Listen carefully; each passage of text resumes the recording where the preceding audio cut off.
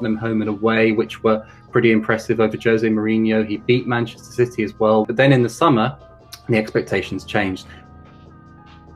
Werner, Hakim Ziyech, Ben Chilwell, Kai Havertz, who was one of the most highly rated players in Europe, and they also signed Edouard Mendy.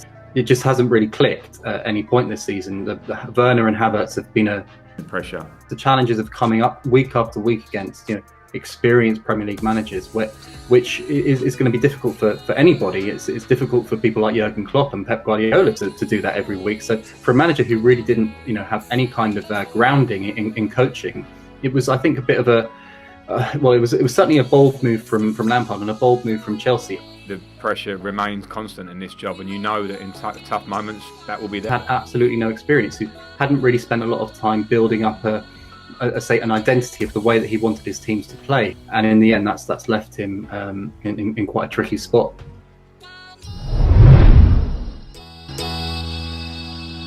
First of all, I can tell you that Thomas Tuchel is going to be the next Chelsea manager.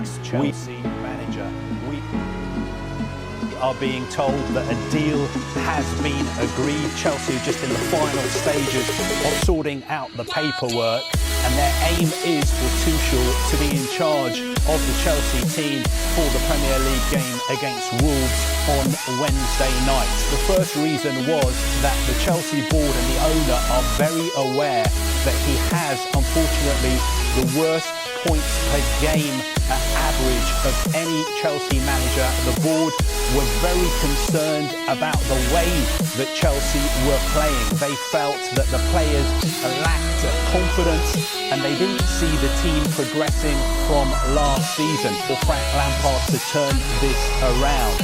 Now, the reason they've made this change now, of course, is because Thomas Tuchel is available and they want him to have as much time as possible to turn Chelsea's fortunes around. Chelsea was not just to finish in the top four.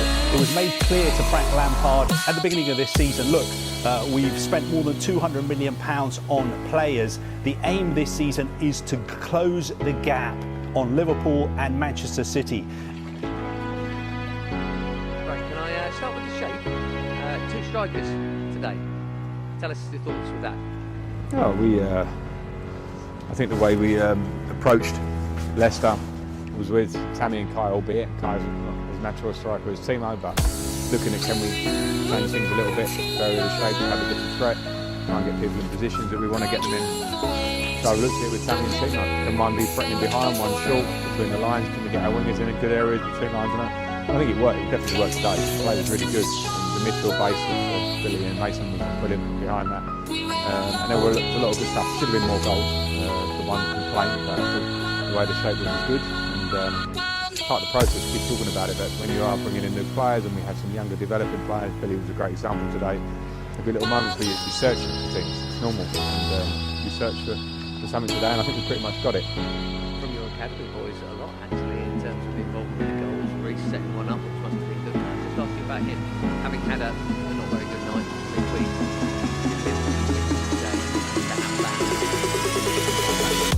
Yeah, because Reece wasn't right in game. He told the game into Leicester, but wasn't right in game.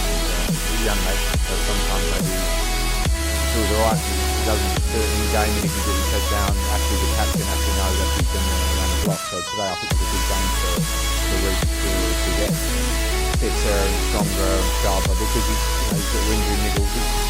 He's talked about, quite rightly, real high regard, and before he's got injury niggles, playing for England, etc., playing well for us. And then he's had a summer where he's been out of the game. He's a big threat for us when he's playing well in both senses, and he's been great this season. So he's definitely couldn't handle one game. They got through that a little bit, and he'll be much better for it. Back onto the strike at the start of the game.